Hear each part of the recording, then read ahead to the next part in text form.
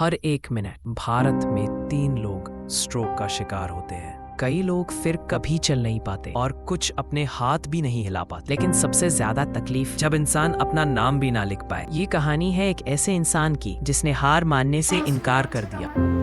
મારું નામ સુબાબેન અને તમારા પેશન્ટનું નામ બલદેવભાઈ પરમાર. શું થાય તમારા? મારો છોકરો થાય ઓકે. અને શું તકલીફ થઈ હતી એમને? હાઈ બીપી કેટલા ટાઈમ પહેલા? 1.5 વર્ષથી. ઓકે. અને ત્યારે શું થયું હતું? મતલબ હાઈ બીપી માં શું થયું હતું એમને? એ બોલતો બંધ થઈ ગયો અને પછી બેસી ગયો એકદમ નીચે. હા. નીચે બેસી ગયો એટલે મેં દવાખાના લઈ ગયા, સોલા સિવિલ લઈ ગયા. સોલા સિવિલ કોઈ હંગર્યો નહીં એટલે મેં પાછા આવ્યા એટલે અહીં નવજીવનનો દાખલ કર્યો. નવજીવનમાં પછી લાઈને એમએરઆઈ સીટી સ્કેન ને એવું કરાય. 6 વાગે એનું દવાખાનું ચાલુ થઈ ગયું બેન. પછી એમને ડોક્ટરે શું કીધું? શું છે? લગવાની તકલીફ છે કે શું કીધું? ના એવું નતું કીધું કે ખેંચ આવી જશે એવું કીધું તું ખાલી પહેલા. પછી પાછો બીજા દન તો એની મુખા એ ઊભો થયો હતો અને ઊભો થઈને પાછો આઈસી માં લઈ ગયા ને અને પછી પાછો એને ગાડી થઈ ગઈ એકદમ. કેટલા દિવસ દાખલ કર્યા હતા એમને? 12 દિવસ.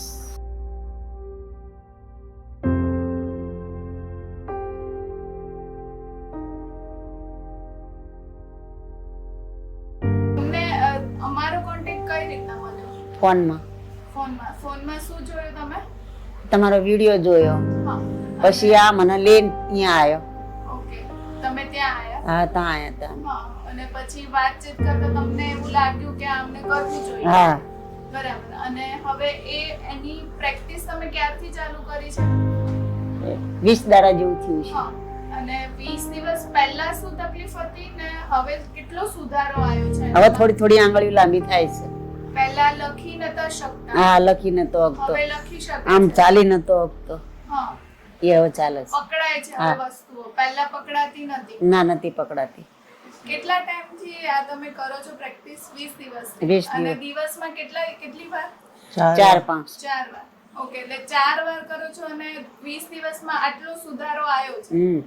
બરાબર છે.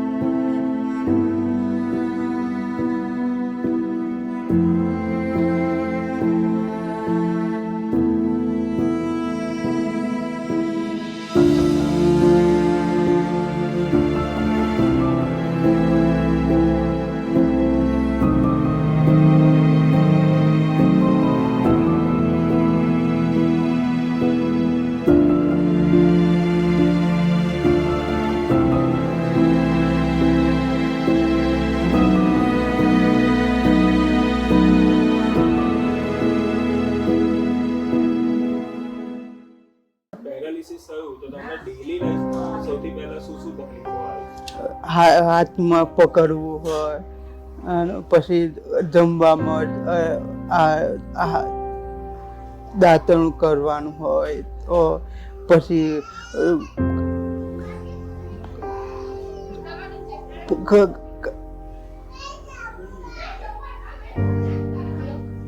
લખવામાં, બોલવામાં, પછી જમવામાં તકલીફ પડે.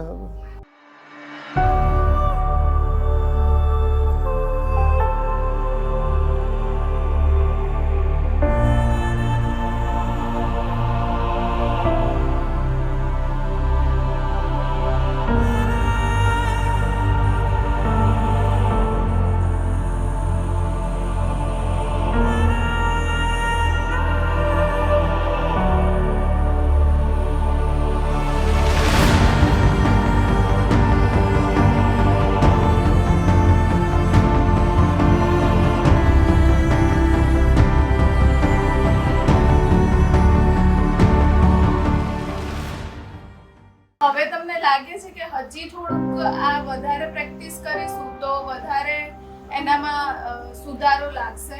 હા આવશે. આવશે. પ્રેક્ટિસ વધારે કરશું ને એટલે આવશે સુધારો. તમે જ્યારે લખી નતા શકતા અને કંઈ પકડી નતા શકતા ત્યારે તમે શું અનુભવ કરતા હતા અને હવે તમે જ્યારે લખી શકો છો, પકડી શકો છો ત્યારે તમને કેવું લાગે છે? મને કેવું લાગે હઠ અમારો છોકરો સારો થઈ જશે, સારો થઈ જશે. બરાબર છે. એની પાછળ દોડ કરું છું, મને ફળ મળશે. હા, બહુ દોડું છું બેન. તમે જોયું કે બળદેવભાઈ લખી શકે છે ત્યારે તમને કેવું લાગ્યું? આનંદ આનંદ થયો? શાબાશી આપી? હા જ તો ને. તમારો છોકરો લખી શકે એટલે હા તો નોકરી જઈ શકે ને. હા, બરાબર છે. લખી જ ના આગળ નોકરી ક્યાંથી જાય? તો આત્મવિશ્વાસ કઈ રીતે વધતો છે? આના લખતા વાંચતા થઈ ગયો, નાની મોટી વસ્તુ પકડતા થઈ ગયો, એટલે આત્મવિશ્વાસ વધી ગયો છે.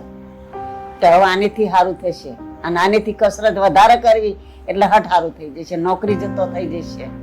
કરી શકીશ ને કરાવીશ. હા, અને બીજા પેશન્ટને તમે શું કહેશો કે આ વાપરો તો તમને ફાયદો થશે.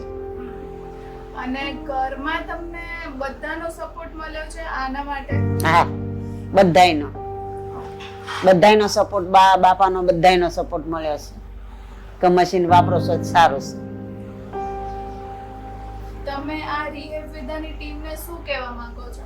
શાબાશી આલવા માટે અને બીજા આવા પેશન્ટને તમે વાત જણાવવાની કે આ કસરત કરો તો તમને આનંદ આવશે અને વધારે સારું થશે શરીરમાં. તમને લખવા મટી જશે, બોલતા નહીં હોય તો બોલશો, હાથ પગ નહીં હાલતા હોય તો હાથ પગ હાલશે, નોકરી જતા થઈ જશો, નોકરી ધંધાવાળા થઈ જશો. તમને આ વસ્તુનો ઈલાજ ઘર બેઠા જ થાય છે? હવ ઘર બેઠા થાય. ઘર બેઠા જ તમને ખબર પડી કે આવું છે અને ઘર બેઠા જ તમને ફાયદો થયો છે? ઘર બેઠા મશીન વાપરીને ફાયદો થાય છે, હા, બહાર જવાનું આવતું નથી. ઓકે. અને આ જે ગ્લવ્સ છે એની કંપનીનું નામ રિહેબ વેદા છે, રાઈટ? તો રિહેબ વેદાની ટીમ તમને કેટલો સપોર્ટ કરે છે? મતલબ આ મેડમ છે, સર છે, એ તમારો સપોર્ટ બન્યા છે? હા, ઘડીએ સપોર્ટ કરે છે. જ્યારે ફોન ઘુમાવીને તરત અમને સામો જવાબ આપે છે. એટલે તમને ઇમોશનલી બી તમને સપોર્ટ કરે છે? હા, બધાય. આ કંપની વાળાનો મોટો આભાર. ખૂબ ખૂબ આભાર રિહેબ વેદા.